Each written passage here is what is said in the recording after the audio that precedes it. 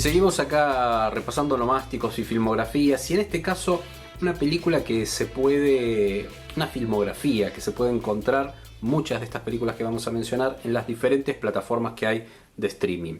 Pero ¿cuál es el unificador, el ítem de 5 películas de las que vamos a hablar? Se trata de su director. Su director es David Fincher. Sí, David Fincher.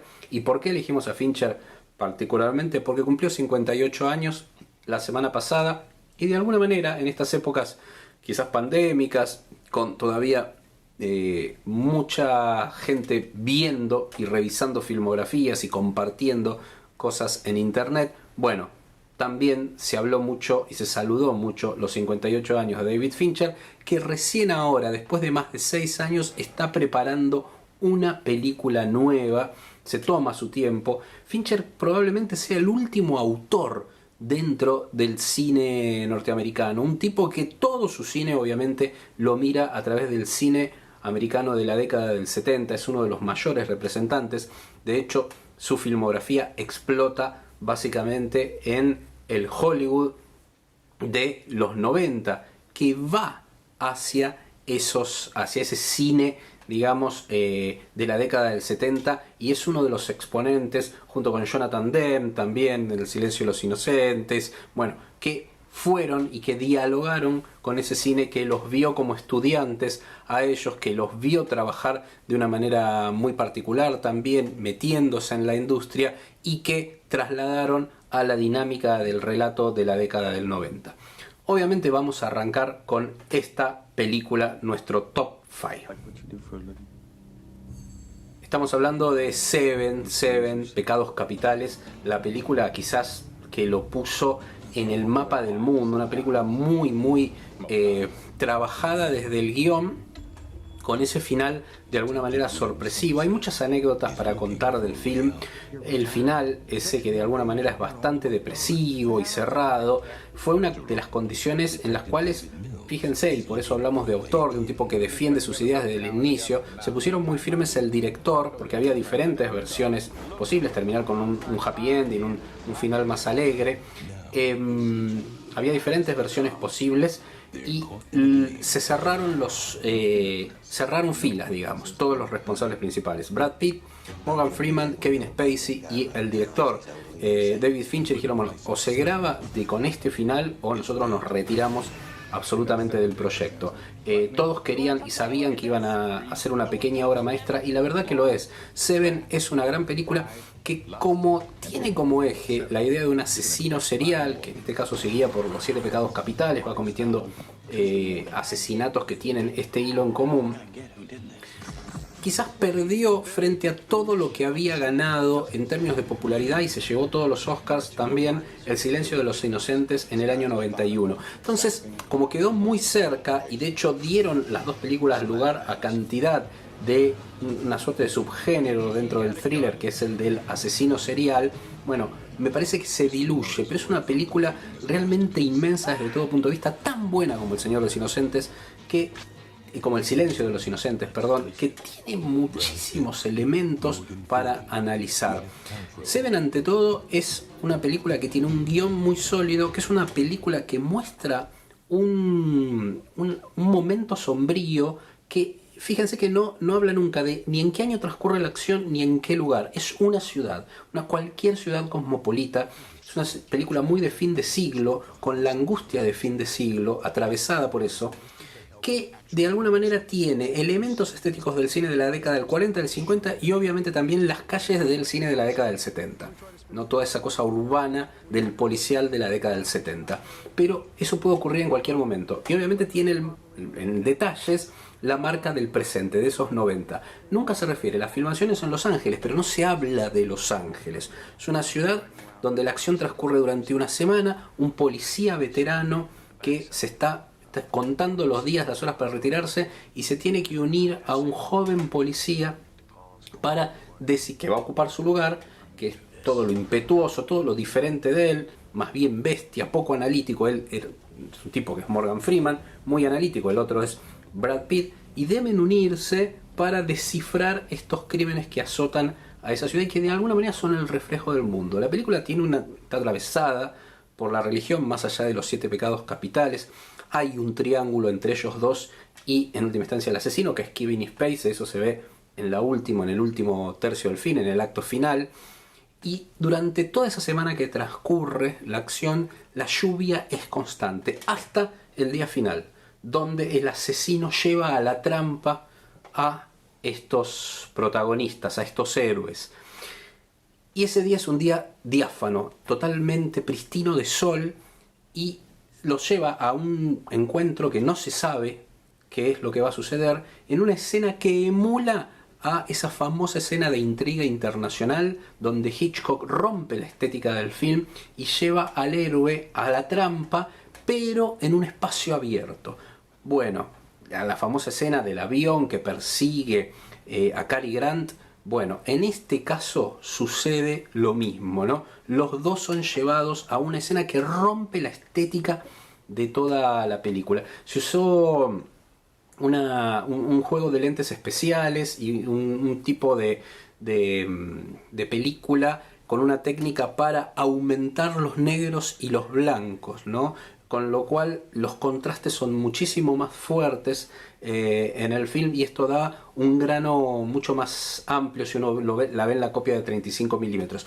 Realmente una película maravillosa, insisto, que tiene cantidad de lecturas posibles. La religiosa es una de ellas, pero que está atravesada también por esta lectura que se hace de la humanidad, de cierto pesimismo con la humanidad hacia el fin de siglo y lo que iba a venir. Seven, entonces, Pecados Capitales, que la pueden ver en varias plataformas. Está en Netflix, está en Amazon Prime Video. Es la primera y la obra maestra de David Fincher.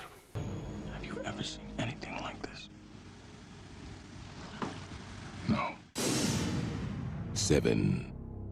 La segunda película que elegimos es Zodiac, una película de 2007 que de alguna manera vuelve sobre la idea del asesino serial. Muchos la consideran la mejor película esta de David Fincher. Probablemente es la de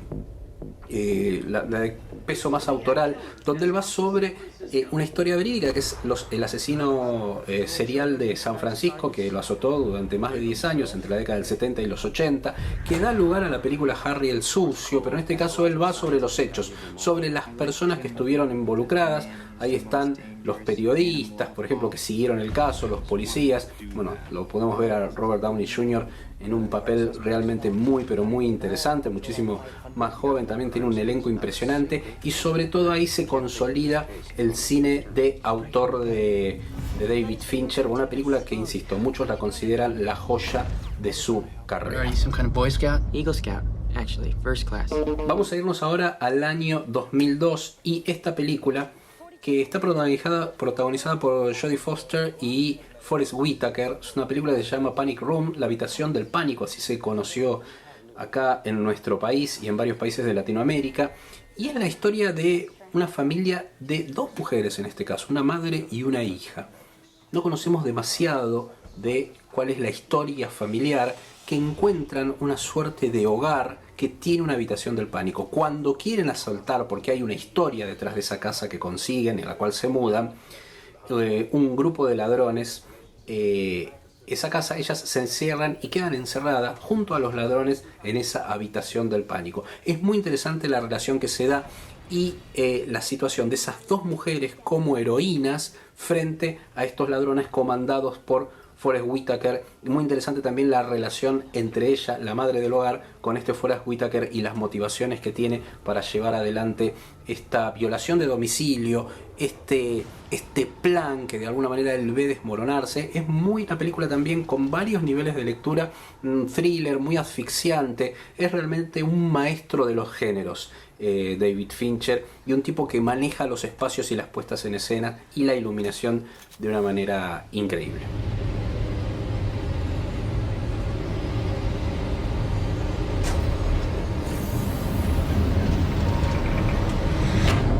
Y probablemente la película más hitchcockiana y también con más niveles de lectura, más aún que Seven, sea The Game. La película que le sigue a Seven hace una película totalmente diferente, lo pone a Michael Douglas, casi les diría como un protagonista exclusivo, más allá de que se va rodeando de todo un grupo de personas, y es donde juega con el espectador. The Game es básicamente eso, un juego, una película del año 1997, en la cual Michael Douglas hace de un tipo realmente un misántropo, un tipo que básicamente quiere estar solo y que cada vez se va cerrando más sobre su vida. Le hacen un regalo de cumpleaños y ese regalo se transforma en una suerte de trampa mortal.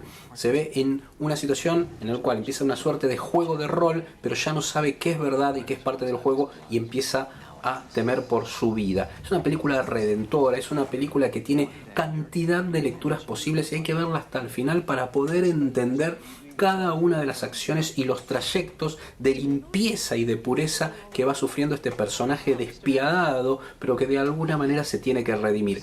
Es muy, pero muy interesante esta película que, insisto, juega con el espectador de alguna manera porque logra esa empatía con el personaje de Michael Douglas, que por momentos uno tiene la misma información que Michael Douglas y por momentos tiene más información que el personaje de Michael Douglas. O sea, juega con este elemento del suspenso y de la sorpresa que tan bien utilizó Hitchcock. Bueno, es la película más hitchcockiana del señor David Fincher y es ciertamente una de sus mejores películas, y es también una demostración de lo poco que le importa la línea de la industria, porque hace buen cine. Él decidió hacer una película totalmente diferente después del éxito de Pecados Capitales de Seven. Y para cerrar, ustedes estarán esperando, bueno, va a hablar del Club de la Pelea. No, obviamente el Club de la Pelea también es una película generacional, no es de mis favoritas de David Fincher, pero voy a elegir una serie que de alguna manera se desprende de cómo trabajó él, sobre todo en Zodíaco, esta historia del FBI en la interpretación de la mente criminal. Y eso lo bajó a una serie que tiene su firma, su marca autoral, todo, de Netflix, que lamentablemente ha sido cancelada, pero que tiene 2 temporadas excelentes. Se trata de Mindhunter. Mindhunter es a partir de libros que escribieron, obviamente, quienes fueron protagonistas de ese momento en la década del 70 y en fines de los 60 y en los 70, que construyeron esa división de estudio de la personalidad criminal, del perfil del asesino serial en el FBI en los Estados Unidos, cuando no se le prestaba atención a eso, cuando la materia de psicología no era algo que estudiaban los policías. Bueno, estos 2 hombres llevan esa historia, esa materia al FBI para tratar de entender la conducta, la acción conductual de los criminales seriales en los Estados Unidos. La verdad es una serie que les diría que es el mejor producto por lejos, junto con The Crown, es el mejor producto de Netflix, pero lejos el mejor producto de Netflix, muy pero muy lejos de todo lo demás. Por ahí Ozark se le acerca, pero realmente es diferente a todo, y realmente si no la vieron, bueno, tienen ahí 2 temporadas disponibles que son, la verdad, una joya increíble. Ojalá en algún momento retomen el proyecto y podamos tener, aunque sea una temporada o algunos episodios más. There's no procedural rule book for how to talk to these people. If any of this is going to work, we need to talk to more subjects. More! You want truffles? You gotta get in the dirt with the pigs. How do we get ahead of crazy if we don't know how crazy thinks?